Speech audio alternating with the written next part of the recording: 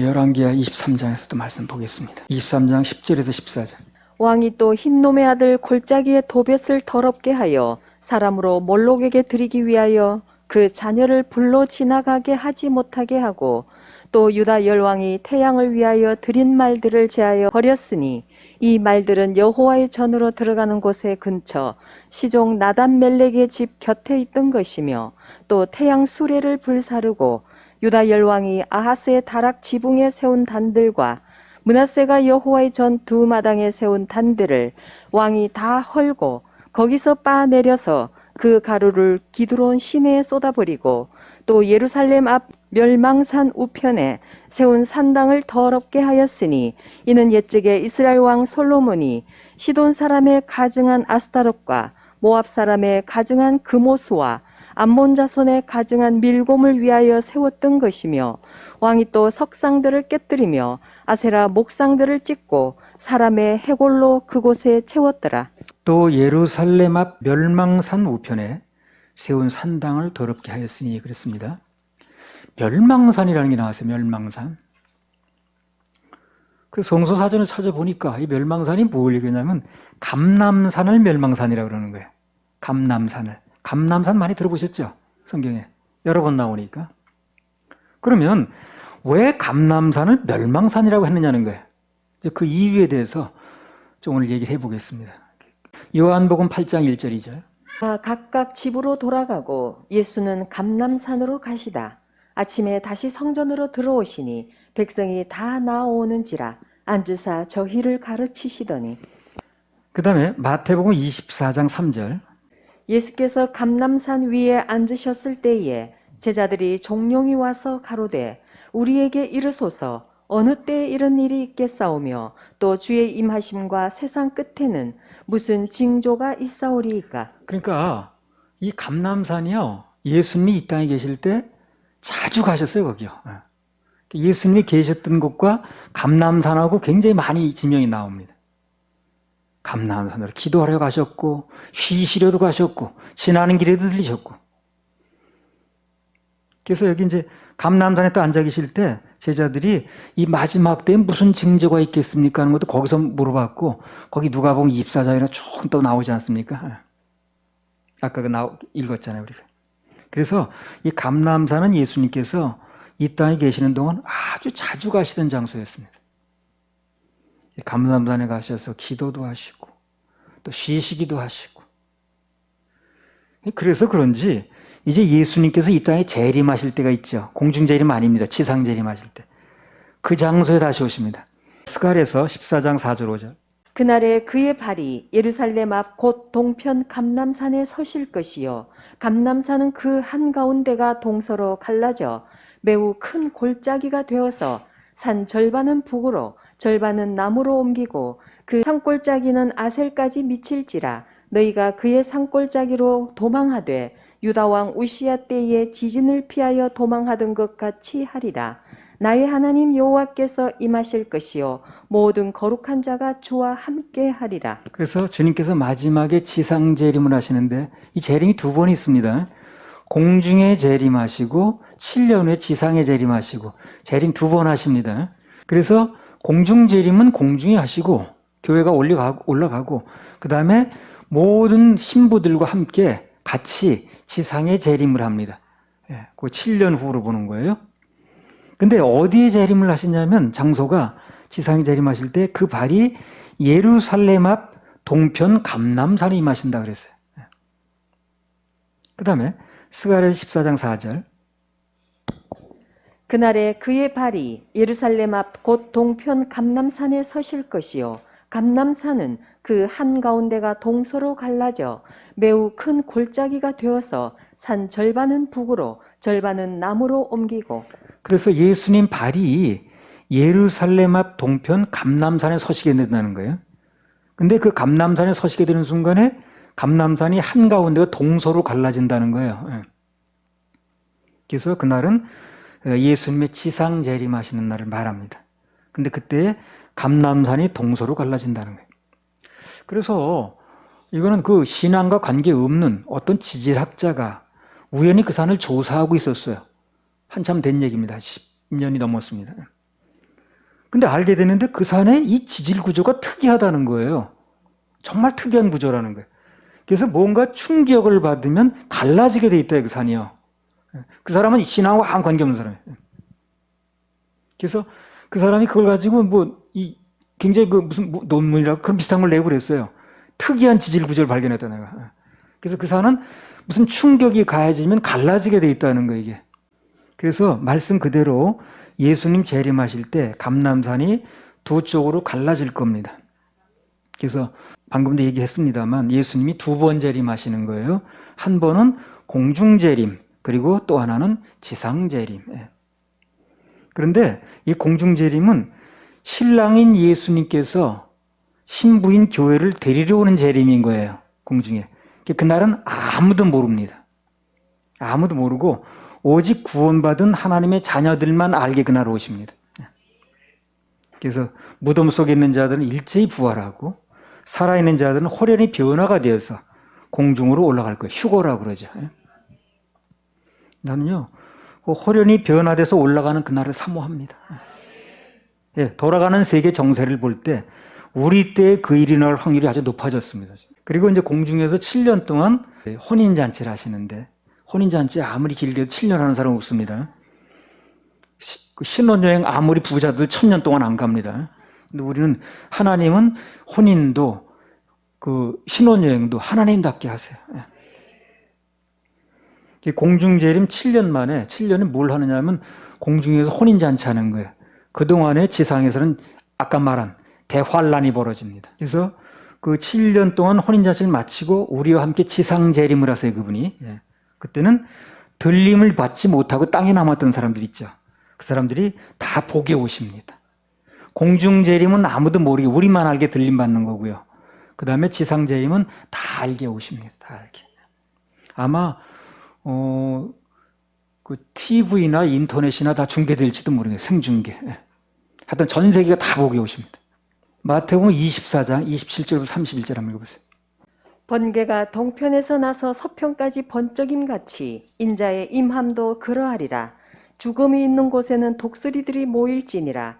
그날 환란 후에 즉시 해가 어두워지며 달이 빛을 내지 아니하며 별들이 하늘에서 떨어지며 하늘의 권능들이 흔들리리라. 그때 인자의 징조가 하늘에서 보이겠고 그때 땅의 모든 족속들이 통곡하며 그들이 인자가 구름을 타고 능력과 큰 영광으로 오는 것을 보리라. 그러니까 공중재림 할 때는 우리만 알았기 때문에 지상에 있는 사람은 몰라요. 저들이 어디로 갑자기 행방불명된 사람이 이렇게 많은 거야. 이제 모르고, 그 다음에 7년 후에 지상재림을 할 때는 다 복이 오신다 그랬죠. 근데 사람들이 그걸 보면서 뭘 한다는 거예요? 통곡을 한다는 거예요. 통곡을. 왜 통곡할까요? 알게 되는 거예요, 이제. 아, 저들이 이제까지 한 말이 맞았구나. 저기 올라간 사람의 위치가 뭐고 여기 남아있는 우리 운명은 어떻게 되는 걸 알게 되는 거예요, 그때. 그러니까 막 우는 겁니다, 그때.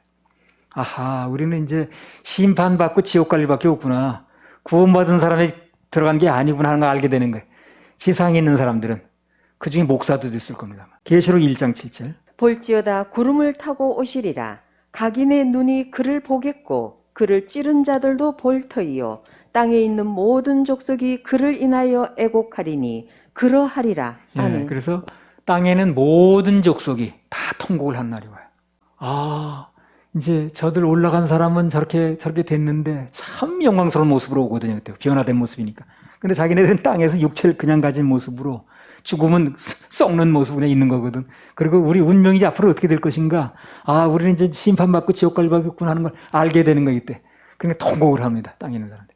그때 가서 통곡하지 말고 지금 기회 주어졌을 때 예수 믿으라는 거예요. 구원을 받아들이라는 거예요. 정확하게 복음을 제시해 줄 때. 아무튼 그래서요. 우리 주님은 마지막 지상 재림 장소를 감람산으로 택하셨습니다. 자, 감람산에서 몇 군데 더 보겠습니다. 마태복음 21장 1절에 3절. 저희가 예루살렘에 가까이 와서 감람산 벳박에 이르렀을 때에 예수께서 두 제자를 보내시며 이르시되 너희 맞은편 마을로 가라. 곧 매인 나귀와 나귀 새끼가 함께 있는 것을 보리니 풀어 내게로 끌고 오느라. 만일 누가 무슨 말을 하거든 주가 쓰시겠다 하라. 그리하면 즉시 보내리라 하시니. 예수님께서 십자가에 못 박히기 전에 직전입니다. 마지막으로 예루살렘에 올라가시는 거예요. 그때 예수님께서는 이 감람산을 통과해서 또 가셨어요. 예. 그리고 그 성서사전에 찾아보면 나오는데요. 그 죽은 나사로 살리셨죠. 그 살리신 곳도 감람산 기슭입니다. 예. 그래서 그 예수님이 거기 자주 가셨어요. 나사로 집에. 예루살렘에 올라가시면 자주 들렸습니다. 예.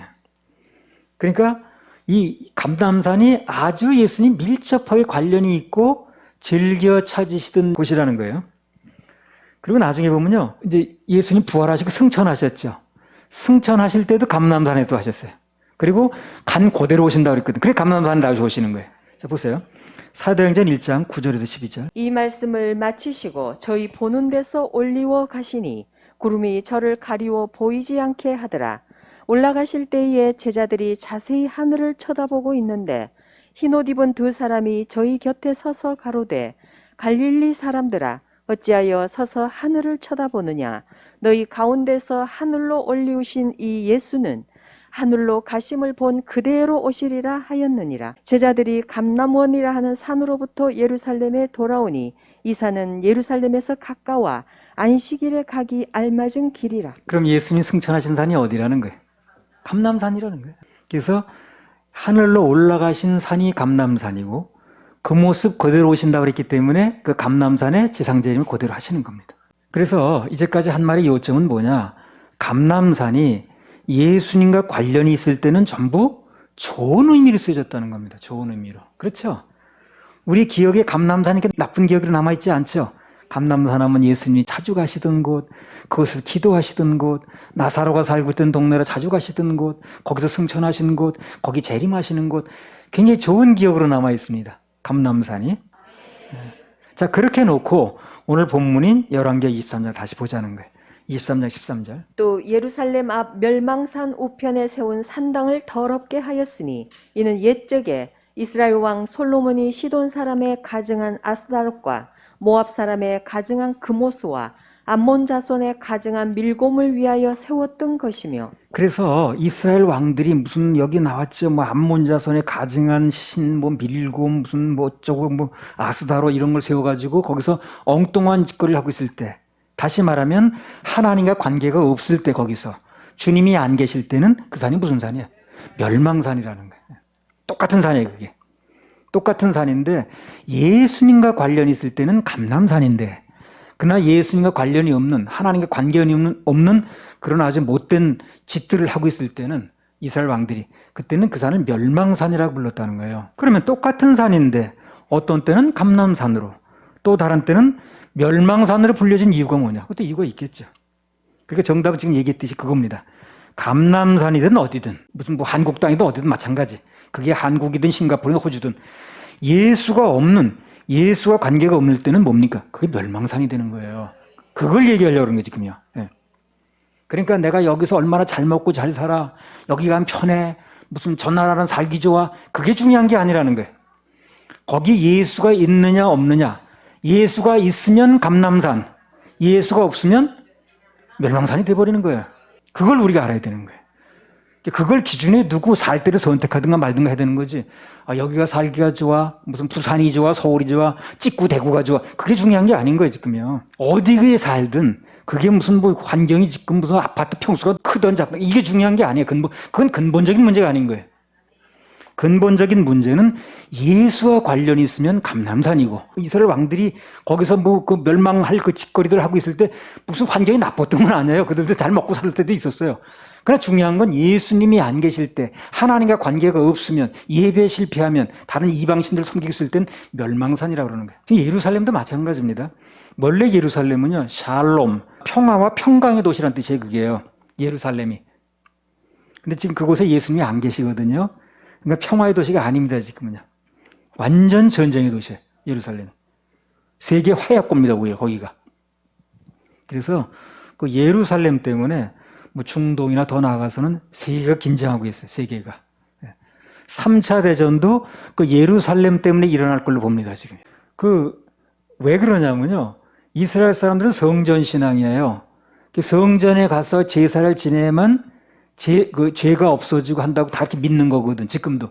예수님이 다 해결해놨다는 걸 믿는 게 아니라 지금도 제사를 드리고 양을 잡고 뭐 소를 잡고 해서 그렇게 제사를 드려야만 자기네 죄가 해결된다고 믿고 있는 거예요. 그런데 그걸 성전에 가서 해야 되거든. 그래서 성전신앙이에요. 근데 공교롭게 그 성전 제될 모리아산이라고 그 자리에 모슬렘 그 황금 돔사원이 있어요. 그 자리에. 그 황금 돔이 전부 금으로 뒤펴놓은 겁니다. 그게. 근데 거기다가 지어려면 이걸 헐어야 되는 거야.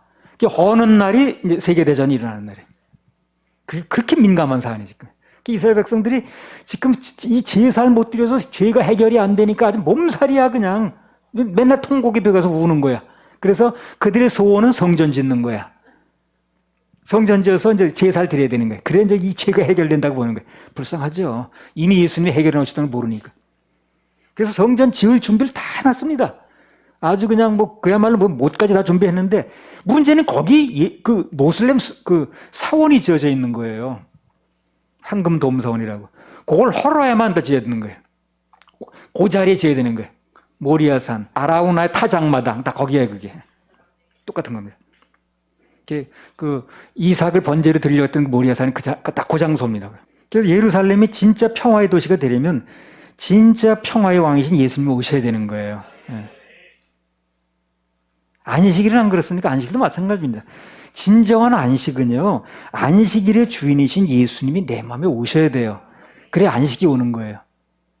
그 예수님이 내 마음에 임하셔서 내 마음의 주인으로 오시고 내가 그분이 예배할 때 내 마음에 평안이 오는 거거든요. 그래서 요점은 이 세상의 모든 걸 다 가지고 또 누린다고 해본들 주님 없는 삶은 의미가 없다는 거죠. 그냥 멸망산일 뿐이에요. 멸망산. 멸망산. 왜 멸망산은? 결국 불탈 거니까. 그래서 주님 없는 산을, 하나님과 관계없는 산을 멸망산이다라고 호칭을 특별히 붙이는 겁니다. 그래서 이 땅에서 아무리 잘 되고 또 높이 올라가고 돈을 많이 벌고 또 지위가 높아져도 그 삶 속에 예수님이 안 계시면, 그 삶이 하나님과 관련이 없으면 그는 단지 멸망산 위에 서 있는 거예요. 지금요. 그 사람이. 그 서 있는 자체가 멸망산인데 거기서 어떻게 성공을 하겠어요. 서 있는 자체가 멸망산인데. 그리고 거기서 뭐가 좀 된다 한들 무슨 가치가 있냐는 거예요. 그게. 멸망산 위에서 하면서 그 터 자체가 멸망산인데. 그래서 오늘 이 말씀을 듣는 우리 모두가 가치관을 바꾸는 계기를 삼자고요. 가치관이 바뀌어야 돼. 가치관이 안 바뀌면 소용이 없는 거예요. 그 사람이 아무리 뭐 암송을 하고 달달 외고 난 정답 다 썼습니다 해도 가치관이 안 바뀌는데 뭐해. 그 사람이 무슨 일을 하며 그게 무슨 의미가 있냐는 거예요. 구원이라는 건 무슨 내가 그것을 깨달았습니다, 이제 알아들었습니다, 이게 아닌 거예요. 가치관이 바뀌어야 되는 겁니다. 그래서 가치관이 바뀌는 게 거듭나는 거예요. 어느 날 그게 이루어지는 날 그 사람 거듭나지는 거예요. 그냥 공부를 거쳤다고 되는 게 아니고. 근데 가치관이 바뀌질 않으면 아무리 좋은 말씀을 들어도 얼굴에 구름이 가시질 않아. 뭐가 그래. 뭐가 그래. 가치관이 바뀌어야 누구에게나 영향을 미칠 수가 있습니다. 가치관이 바뀌어야 행복합니다. 가치관이 바뀌어야 행복하지. 가치관이 안 바뀌었는데 현실만 있는데 뭐가 행복해요? 가치관이 바뀌면 그때부터 누구에게인가 영향을 미칠 수가 있습니다. 이 교회가 가치관이 바뀌면 그게 뭐 소수든 뭐 다수든 영향을 미칠 수밖에 없어요. 가치관이 약하면 농도가 낮은 거예요. 엷은 거예요. 그래서 들어옵니다. 그래서 세상 가치관이. 교회에 농도가 얕다 보니까 세상 가치관이 일리 들어오네. 그래 교회가 힘을 못 쓰는 거예요. 아무 힘이 없는 거예요. 건물만 있지. 교회가 농도가 있어야 돼요. 농도가 가치관입니다. 그렇죠? 농도가 뭐겠어요? 가치관이지. 그래서 그 가치관의 농도가 짙을 때 다른 사람이 영향을 미칠 수가 있는 거거든. 그래서 그 산이 동일한 산인데 예수님과 관련이 있을 때는, 하나님과 관련이 있을 때는 감람산. 거기 뭐 예수님이 자주 임하시는 곳. 감람산에 서 있으면 어떡하겠어요? 그 인생이 예수님 자주 가시는 거예요, 거기. 그때나 이때나 똑같아요. 지금도 감람산에 서 있으면 예수님이 자주 찾아오십니다. 말씀으로 찾아오시고, 감동으로 찾아오시고. 근데 이 사람의 가치관이 안 돼 있으니까 그 산이 멸망산이 돼버리는 거예요. 그러니까 아무리 거기서 잘된들, 좋은 뜻이 있어 본들, 무슨 바포 구포 해본들, 멸망산에 사는 일인데 뭐 되겠어요? 산 자체를 바꿔야 되는 거예요. 뭘로? 가치관으로. 그래서 우리는 그 얘기를 할 수밖에 없는 거예요. 교회가 그걸 안 하면 또 어디서 하겠습니까? 그 얘기를. 할렐루야, 우리 하나님 박수. 열왕기하 23장 13절. 또 예루살렘 앞 멸망산 우편에 세운 산당을 더럽게 하였으니 이는 옛적의 이스라엘 왕 솔로몬이 시돈 사람의 가증한 아스타롯과 모압 사람의 가증한 그모스와 암몬 자손의 가증한 밀곰을 위하여 세웠던 것이며.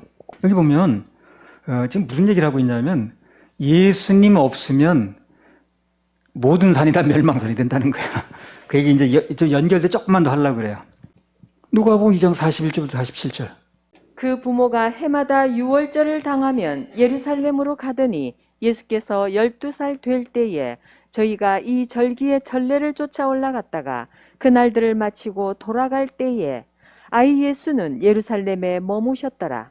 그 부모는 이를 알지 못하고 동행 중에 있는 줄로 생각하고 하룻길을 간 후 친족과 아는 자 중에서 찾되 만나지 못하매 찾으면서 예루살렘에 돌아갔더니 사흘 후에 성전에서 만난즉 그가 선생들 중에 앉으사 저희에게 듣기도 하시며 묻기도 하시니 듣는 자가 다 그 지혜와 대답을 기이 여기더라. 예수님의 육신의 부모인 요셉과 마리아가 6월절 절기를 지키러 올라갔습니다. 갔다가 다 마치고 예루살렘으로 돌아가는 길이에요, 지금. 그런데 무슨 정신이 없었는지 예수님이 자기들과 동행하지 않은 걸 몰랐어요. 당연히 있는 걸로 아는 거예요. 하룻길을 갔어, 그러고. 정신없어. 무슨 아들이 없는데 하룻길을 가냐. 가다 보니까 없네? 없어. 그래서 이제 당황해서 찾는 거야. 얘가 어디 갔나 해가지고. 그래서 이제 우리가 여기서 교훈을 하나 얻는다면, 원래 6월절 지키러 간 거죠, 지금요. 6월절 제사 때문에 올라간다는 거죠. 원래 6월절이 누구를 기념하는 날이냐는 거죠. 고린도전서 5장 7절. 너희는 누룩 없는 자인데 새 덩어리가 되기 위하여 묵은 누룩을 내어 버리라. 우리의 유월절 양 곧 그리스도께서 희생이 되셨느니라. 그래서 여기 나온 대로 6월절은 6월절 어린 양 대신 예수님을 기념하는 날입니다. 6월절이. 예수가 중심이에요.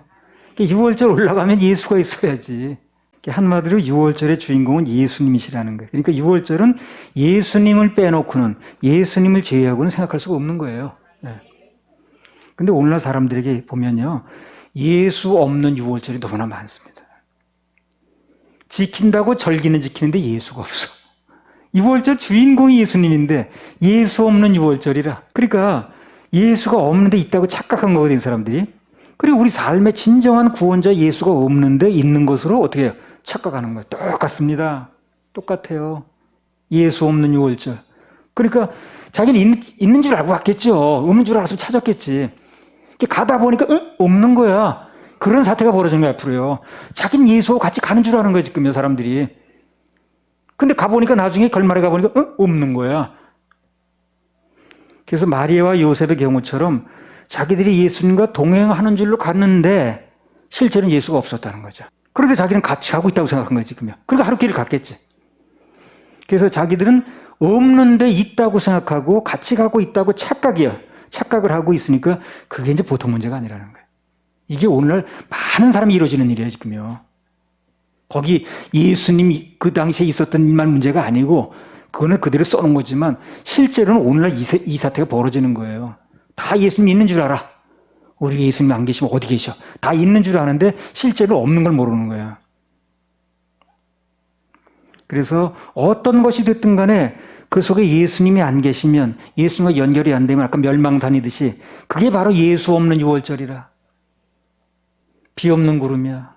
불 꺼진 창이고. 그래서 그런 착각의 인생이 안 되려면 우리 모든 것에 다 예수가 있어야 됩니다. 모든 것에 예수가 연결이 돼야 됩니다.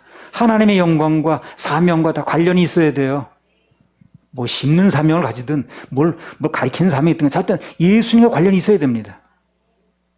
뭐 사업을 하든 공부를 하든 집회를 하든 목회를 하든 예배를 드리든 뭐 설교를 하든 예술 활동을 하든 다 예수님과 관련이 있어야 돼. 그래 감람산이야.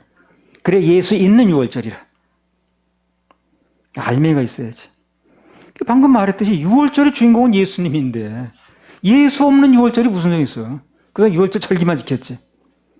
근데 실제로 사람들은 예수가 없는데도 그분과 동행하는 걸로 착각을 하고, 착각이죠, 그냥. 그러다가 나중에 요셉과 마리아처럼 나중에 그 사실을 알게 됩니다, 나중에. 그럼 당혹한 거지. 야, 어떻게 된 거야, 이거. 자, 그 얘기가 마태복음 7장에 나오는 거예요. 그 얘기가. 마태복음 7장 22절, 23절. 그날에 많은 사람이 나더러 이르되 주여 주여 우리가 주의 이름으로 선지자 노릇하며 주의 이름으로 귀신을 쫓아내며 주의 이름으로 많은 권능을 행치 아니하였나이까 하리니 그때 내가 저희에게 밝히 말하되 내가 너희를 도무지 알지 못하니 불법을 행하는 자들아 내게서 떠나가라 하리라. 도무지 모른다고 그러죠, 도무지. 도무지 모른다는 거예요. 그러니까 예수 없는 삶을 사는 거지. 예수 없는 유월절이었던 거예요. 예수 없는 집회, 예수 없는 사명, 예수 없는 목회, 다 이렇게 돼버린 거예요. 우리는 구원부터 시작을 해서 내 삶의 모든 과정에 예수가 있는가, 그리고 지금 하는 모든 데 예수와 관련이 있는가, 이거 꼭 알아봐야 됩니다. 알아봐야 돼요. 안 그러면 예수 없는 유월절이 돼버리는 거예요. 유월절은 지키러 간다는데 예수가 없는 거예요, 지금요. 교회 몇십 년 다녔는데 예수가 같이 있는 거 아니겠어? 11조 주일 성수 다 했는데 그 예수님 동행하는 거 아니야? 이렇게 생각할 일이 아니라니까요. 고린도후서 13장 5절. 너희가 믿음에 있는가 너희 자신을 시험하고 너희 자신을 확증하라. 예수 그리스도께서 너희 안에 계신 줄을 너희가 스스로 알지 못하느냐. 그렇지 않으면 너희가 버리운 자니라. 그러니까 너희가 믿음에 있는가 너희 자신을 시험하라는 얘기가 뭐냐면 그 믿음이 무슨 믿음입니까? 구원받을 만한 믿음인가 하는 걸 이제 확증해 봐야 된다는 거예요. 그래서 우리 교회는 그걸 확증해 주려고 질문도 하고 설문지도 제시하고 하는 거예요, 지금요. 정말 이상한 건 뭡니까? 교회 몇십 년 다니고도 확증을 못하고 있는 게 이상한 거예요, 내가 볼 때는. 그렇잖아요. 예수님 없이 천년 만년 살아본들 그게 무슨 의미가 있는 거예요? 멸망산에 서 있는 건데. 단 하루를 살더라도 주님과 동행할 때 그때 비로소 내가 있는 산이 감람산이 되는 거예요. 그리고 누구도 감람산에 있기만 하면 예수님이 잘 찾아오셔요. 그 인생은 잘 되게 돼 있어요. 감람산은 찾아오라고 얘기한 적이 없는데 예수님이 자주 가셨어요. 또 거기에 기도도 하셨어요. 쉬시기도 하셨어요. 거기 또 오셔요, 앞으로. 거기서 올라가셨어요. 그래, 감람산이 되면 되는 거예요, 그러면. 감람산이 뭡니까? 예수와 관련 있는 삶. 그러면 예수님이 찾아오시게 돼 있다니까. 근데 이스라엘 그 왕들처럼 예수와 관계없이, 하나님과 관계없이 그냥 거기서 우상이나 섬기고 그러면 산은 똑같은 산인데 멸망산이 돼버리는 거예요. 그분은 이 땅에 계실 때 감람산에 자주 가셨고 그 산에 또 오실 거거든. 그러니까 감람산에만 서 있으면, 예수님과 관련 있는 산에 서 있으면 그분은 오시게 돼 있다니까요. 아무튼 예수님과 연결된 감람산에 있어야 복받는 인생이 된다는 거예요. 아무리 그 사람이 지위가 높고 잘 돼도 멸망산에 있는 거라 지금. 시편 84편 10절. 주의 궁정에서 한 날이 다른 곳에서 천날보다 나은즉 악인의 장막에 거함보다 내 하나님 문지기로 있는 것이 좋사오니. 말씀도 마찬가지입니다. 하루를 살더라도, 단 하루를 살더라도 주님 좋아하시는 감람산에 있어야지 주님을 떠나서 멸망산에 있어 본들 무슨 소용이 있겠느냐 하는 얘기를 하는 겁니다. 똑같은 얘기야, 똑같은 얘기.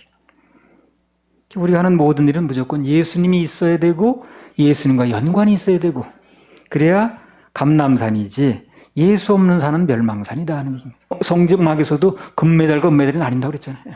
그래서 오늘 아침에는 무슨 얘기를 했느냐. 주님 오실 때도 임박했는데 우린 준비가 필요하고 그 다음에 우리가 서 있는 산이 어느 산이냐에 따라서 복과 화가 결정이 되니까 멸망산인가 감람산이 결정되는 거니까 우리 서 있는 산을 점검을 해봐야 되는데 그 점검해보는 기준이 하나님과 관련이 되고 그분의 사명과 관련이 되고 예수님과 관련이 되면 감람산, 그리고 관련이 없으면 아무리 잘 되고 그 사람이 높이 올라가도 멸망산, 그런 얘기입니다. 가치관을 바꾸자는 얘기를 하는 거예요. 할렐루야, 하나님의 박수 올립니다. 한 장 더 부르고 마치겠습니다. 이 세상을 산다면은 이 세상 산다면 산다면은 얼마나 살 건가요? 몇백 년을 산다 해도 몇천 년을 산다 해도 주님 계신 영원한 곳 하루만도 못합니다. 힘쓰 하세요. 죄일에 힘 쓰세요. 세상 욕심 떨쳐내고 주의 사명 탐내세요. 영광 나라 하늘나라 우리 위에 있답니다.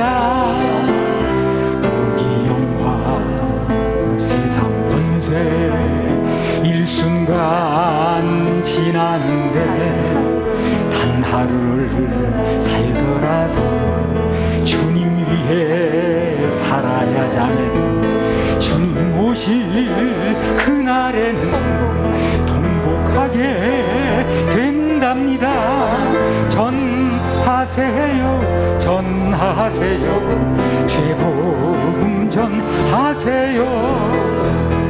우리 복음 기다리다 듣지 못한 부모 형제 하늘나라 영광나라 쳐다보고 운답니다.